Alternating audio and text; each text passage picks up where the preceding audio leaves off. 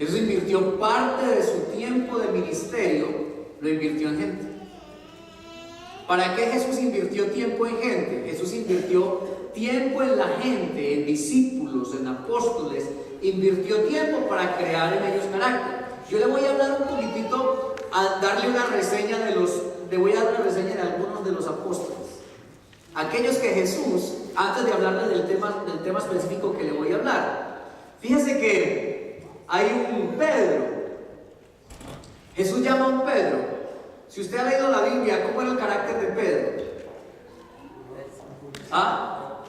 Explosivo, ¿qué más? Impulsivo. Actuaba sin pensar. O sea que en otras palabras podríamos decir que era emocional. Pedro era muy emocional. Pero Dios lo llamó, Jesús lo llamó y lo llamó a estar con él y le invirtió parte de sus 3 años a estar ahí con él para provocar en él un carácter diferente, ¿cierto? Había mucha dirección por sus emociones, ¿cierto? Cada rato sus respuestas eran muy emocionales, muy impulsivas. ¿Cierto? Hasta cortar una oreja por allá. Jesús preguntaba algo y era el primero que estaba ahí, ¿cierto? Y nada, muy impulsivo. Pero también hay un Mateo. Si usted ha leído la Biblia, ¿cómo era el carácter de Mateo? ¿Qué pasaba con la vida de Mateo? Porque le quiero hablar de esto para que sepan que Dios escogió gente como usted y como yo. Por eso nos escogió hasta a usted y a mí, ¿cierto? Imagínense que Jesús una vez dijo, yo no vine a buscar al sano, al que no tiene necesidad de médico. Jesús dijo, yo vine a buscar al que está enfermito. Y usted y yo hemos venido así, a Cristo, enfermitos. Entonces, ¿cierto? Entonces Jesús dijo, los que están sanos no tienen necesidad de médico, mas yo vine a los quebrantados de corazón, dijo Jesús. Pero imagínense cómo era el carácter de Mateo. ¿Cómo era el carácter de un Mateo? Ajá.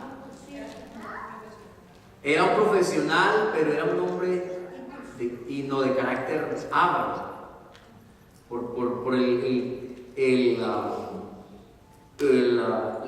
lo que hacía los cobradores de impuestos en ese tiempo eran prácticamente considerados ladrones, porque ellos cobraban impuestos y aunque eran del mismo pueblo de Israel, trabajaban para el pueblo romano. El pueblo romano era el pueblo que esclavizaba o sitió a Israel, y entonces si un israelita trabajaba para los romanos y más cobrando impuestos, se volvía un enemigo. Era un enemigo del mismo pueblo de Israel, porque cobraba impuestos, porque la mayoría de los cobradores de impuestos, ¿qué es lo que hacían? Cobraban impuestos y vean, al bolsillo. Cobraban impuestos aquí a sus propios hermanos y sus propios compatriotas, y esto para Roma y esto para mí, esto para Roma y esto para mí, esto para Roma y esto para mí. Y Jesús llama a uno así. Jesús llama a un Mateo así, esto para Roma, ¿a cuántos Jesús ha llamado de nosotros así? Esto para allá, ¿cierto? Pero todo esto para mí, esto para allá, pero esto para mí. Y quizás no tiene que ver con plata, pero tiene que ver a veces con cosas que nos vuelven muy egocentristas, muy individualistas. Jesús llama a un Mateo así. Ahora, Jesús llama a un Tomás, por ejemplo. ¿Usted ha leído de Tomás? ¿Cómo era ese Tomás? ¿De acuerdo a lo que dice la Biblia? Incrédulo hasta, hermano, pues, porque dice que hasta el momento donde Jesús aparece y todo, dices que ¿cierto? ¿A cuántos de nosotros Jesús nos ha llamado así? A todos, ¿cierto? Con incredulidad encima. ¿Qué hacemos? Somos como la vaca, ¿cierto? ¿Cierto? A más de uno Jesús lo ha llamado así, con ese tipo de carácter. Pero Jesús llamó a ese, lo llamó para estar ahí y le dedicó parte de sus 3 años para tenerlo cerca y provocar en él un carácter. Y luego crear una explosión a nivel del mundo y de la tierra y de las naciones para predicar el Evangelio. Ahora, ¿qué opina de un Simón el Cananista? Porque había un Simón el Cananista. La Biblia habla de un apóstol uno de los 12 que se llamaba Simón el Cananista. ¿Ha leído sobre el Simón el Cananista? Simón el Cananista, en otras palabras, era uno que pertenecía al grupo de la rebelión, o sea, un guerrillero. Y Jesús llama a un guerrillero, o sea, a un rebelde, porque era un rebelde de la nación, de esos que tomaban las armas y peleaban, y de esos. Jesús llama a un Simón el Cananista para estar ahí. Entonces era de esos que a todos me imagino que le ponía, ¿cierto? Estaba ahí todo el tiempo, rebelde, en contra. Pero Jesús llama a un hombre así. Jesús llama a esto. Jesús llama, y solo quería hacer la reseña de estos cuantos, y uno chequea todo. Era para decirle, para llevarlo a esto. Jesús llama a gente como usted y como yo, gente que venimos con un montón de cosas encima, ¿cierto? Para provocar en nosotros un carácter diferente. Resulta de que estos apóstoles, todos estos, bueno, hay uno que se me estaba escapando, un Judas. Jesús llama a un Judas. ¿Lo llamó o no lo llamó? Así como llamó a un cananista, como llamó a un Simón Pedro, así como llamó a un Mateo, así como llamó a un Tomás, llamó también a un Judas. A un Judas, un traidor. Y no solamente era traidor, era ladrón también, porque dice que de lo que colectaban él se echaba para el bolsillo de él. Así dice la Biblia, que las ofrendas que colectaban para Jesús y para los apóstoles, dice que él vivía. Así dice la Biblia. Pero Jesús llamó a ese hombre, ¿me entiende? Y ahí estuvo hasta el final. Lo particular de esto es que al final de todo esto, cuando viene el Espíritu Santo de Dios sobre la vida de ellos, cambió. La historia cambió. Lógicamente la historia de Judas no cambió, pero la historia de los demás cambió. Porque Jesús dedicó parte de su ministerio a edificar el carácter de ellos, para provocar que el reino de Dios a través de la gente que tiene carácter produzca fruto. Yo le quiero decir que la falta de carácter nos priva del fruto, nos priva de dar mucho fruto. Jesús hizo referencia muchas veces acerca del carácter de la iglesia. Si usted lee el Nuevo Testamento y lee los 4 evangelios y chequea la vida de Jesús con sus discípulos, vida de Jesús con sus discípulos, usted se va a enterar y se va a dar cuenta de que eso se trata. Jesús sembrando en ellos carácter. ¿Ha leído usted los evangelios alguna vez? ¿Sí ha leído los evangelios? ¿Alguno aquí ha leído los 4 evangelios? Un pedacito, ¿alguno? ¿No? ¿Le da pena o qué? ¿Ha leído? ¿Cierto que sí? Y si usted lee la Biblia, lo que está ahí es hablando de carácter. Jesús lo que está haciendo es invirtiendo en el carácter de hombres para luego provocarles a algo. Porque Jesús quiere edificar una iglesia sana. Yo le quiero decir esto: una iglesia sana es una iglesia de carácter. Una iglesia sin carácter, gente, no edificio, gente sin carácter se vuelve poco sana. Lo que trae sanidad al ser de la iglesia y al fruto de la iglesia es el carácter. Eso trae sanidad. Por lo menos, mire, en un principio tan sencillo como lo que compartía Juliana, mire, cuando era niña, y esta muchacha tiene si acaso unos 30, ¿y cuánto tienes? Se asusta. Ay no, you're 20, 25. Ella está muy jovencita. ¿Cuántos creen que Juliana está jovencita? No todos, ella está jovencita. Pero no sé de qué tiempo estaba hablando ella, de cuando la mamá le daba para la escuela, eso. Pero por carácter, mire que ese principio de darle a Dios, aunque fuera de un billete de A5, darle a Dios 50 centavos, provoca carácter, porque el carácter trae sanidad. Mire qué sanidad trae, que hoy en día yo sé que ya no tiene problemas para darle a Dios. Yo creo, ¿no?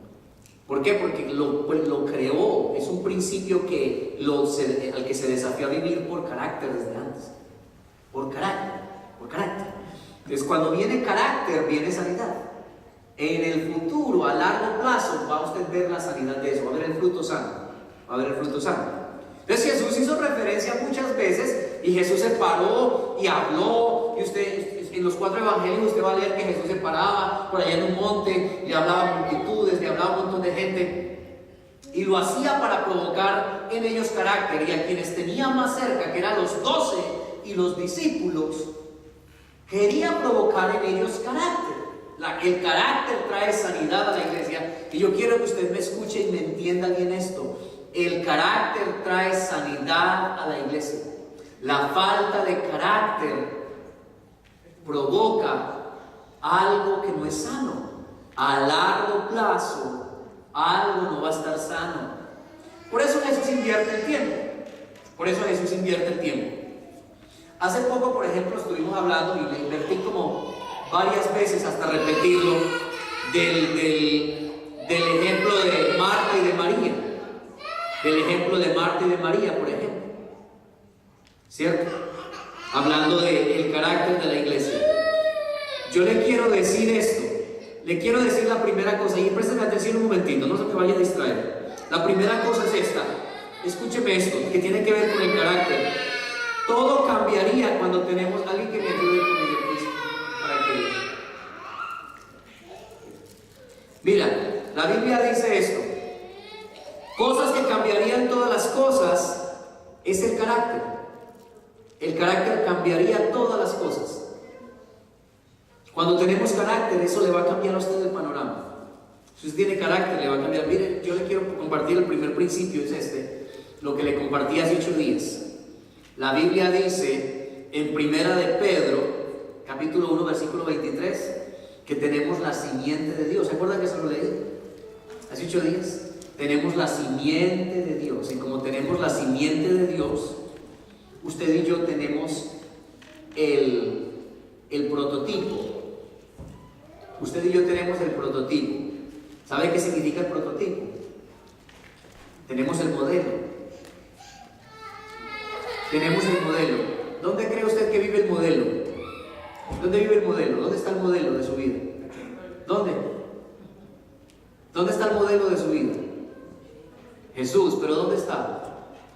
¿Dónde vive? En usted. En usted vive Jesús. Jesús es el modelo. Él vive ahí, en su casa. Jesús es el modelo y Jesús vive ahí. Vive aquí en nuestra casa. Si nosotros entendiéramos ese primer principio, el carácter cambia todas las cosas. Si entendiéramos el primer principio, que tenemos la simiente de Dios, o sea, Jesús está en casa, eso que decíamos de Marta y de María. Si entendiéramos eso, que Jesús está en casa, desde ahí cambiarían todas las cosas. Si entendiéramos eso, Jesús está en casa, desde ahí todo cambiaría. Jesús está en casa. Si usted y yo lo que hiciéramos, lo hiciéramos por la conciencia de Jesus is in my house, Jesus is here, I have Jesus here. Everything, todo cambiaría. Si usted y yo pensáramos de esa manera, Jesús está en casa, seguramente que no perderíamos la conciencia. Pero bueno, a Marta le pasó. A Marta le pasó. La idea es que usted y yo entendamos y tengamos la conciencia de dónde nacimos. Usted nació de Dios, y si usted nació de Dios, tiene la simiente de Dios. Eso es todo. Entonces no nos dejemos engañar por el diablo ni por el sistema pareciéndonos a él. Porque a quien nos es como usted. Yo le digo una cosa. Usted cuando nació, su papá y su mamá pusieron semilla, ¿cierto? Una semilla, mitad de la semilla puso la mamá, mitad de la semilla puso el papá, ¿cierto? Y usted se parece. Yo miro a Samuel, y cuando miro a Samuel, unos me dicen que se parece a usted de aquí para arriba. Pero yo lo veo muy parecido a la mamá, ¿no? Otros dicen se parece a la mamá, de aquí para abajo. Un poquito de cachetitos, a mi esposita linda, ¿cierto? Se parece a mi esposa, pero tiene de los dos, porque los dos aportamos una semilla. Imagínese que un día él llegue y diga, no, yo no me parezco a papá, no me parezco a mamá y no me quiero parecer. Por más que él se lo quiera quitar de encima, ¿cierto? Hay algo que lo va a delatar de que es salido de nuestra semilla. Se llama el ADN.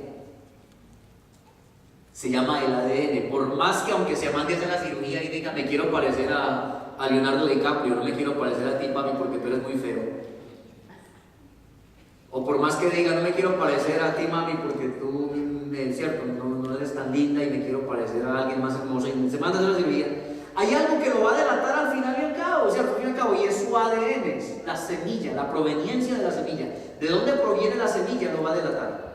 Lo que le quiero decir con esto es que lo que dice Primera de Pedro es que nosotros tenemos la simiente de Dios, la simiente eterna que no se corrompe. Y por más que usted y yo, aunque el sistema nos cambie el semblante, aunque el sistema nos diga que nos operemos, aunque el sistema nos diga que nos parezcamos a él, aunque el diablo diga eso, hay algo que al fin y al cabo que está en nuestro interior nos va a delatar. ¿Sabes cuándo nos va a delatar? Un día, cuando estemos ante el trono de su gracia, ante Él, nos va a delatar.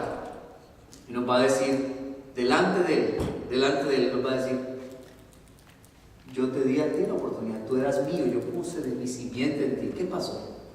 ¿Qué pasó contigo? ¿Qué pasó contigo? Nos va a delatar tarde que temprano.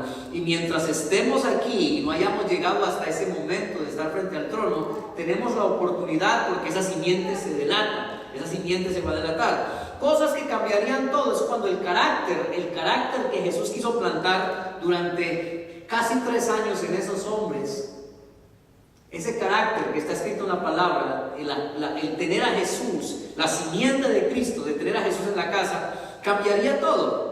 La primera cosa es que usted entienda eso: tiene la simiente de Dios. ¿Se acuerdan que se lo compartí hace 8 días? Si usted tiene la simiente de Dios, o sea, tiene el ADN de Dios, o sea, el Espíritu Santo, usted lo tiene. Usted y yo tenemos el ADN de Dios. Lo tenemos. Fuimos diseñados desde que conocimos a Cristo, y aún desde antes fuimos diseñados para parecernos a Él. ¿Usted sabía eso?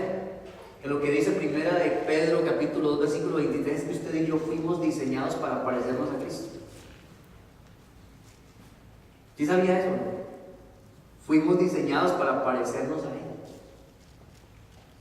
para parecernos a Jesús. Por eso es que Satanás se empeña en el sistema, tanto se empeña, tanto en el sistema, a que usted y yo no nos parezcamos.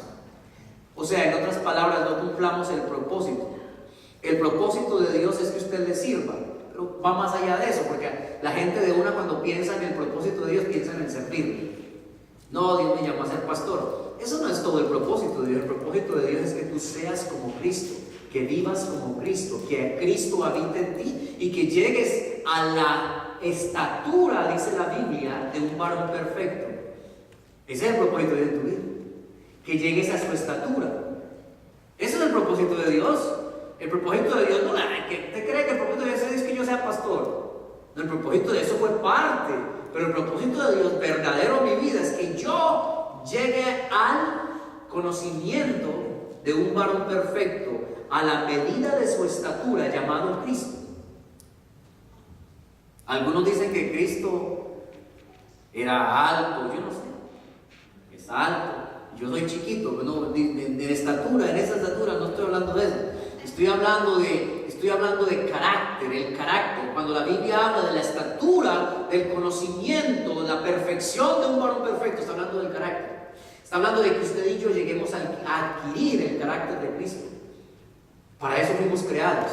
Ese es el propósito. El propósito no es decir que usted sea pastor, sea evangelista. Esa es parte del propósito. Pero el propósito verdadero es que usted y yo lleguemos al conocimiento de Él, que a su estatura, que nuestro carácter, el carácter, ¿cierto?, llegue a su medida. Y eso Jesús le dedicó tiempo. Para eso le dedicó tiempo a esos hombres. Acuérdate de este primer principio. Según Primera de Pedro capítulo 2 versículo 23, usted tiene el ADN, la simiente, la semilla. O sea, Jesús está en casa, ya Jesús está ahí. Si usted entiende eso, si pensáramos de esa manera, si entendiéramos a quién pertenecemos y de dónde somos, desde ahí cambia todo. Desde ahí cambiaría todo. Si usted entendiera, yo pertenezco a Cristo, yo no pertenezco allá. Yo pertenezco a Cristo, yo no pertenezco a eso. Yo pertenezco a Cristo, yo nací de Cristo, yo tengo la esencia de Cristo, yo tengo la simiente de Cristo, yo tengo su simiente, la cual es incorruptible, yo la tengo y por ella vivo, porque esa me hizo renacer. Entonces yo no soy como eso. Yo no soy como eso. Usted sabe que yo lo voy a compartir. Quizás si lo están grabando, esto me lo quitan porque no me gusta compartirlo. Pero le voy a decir, mi papá era un hombre que le golpeaba a mi mamá. Le golpeaba, ¿cierto? Le golpeaba.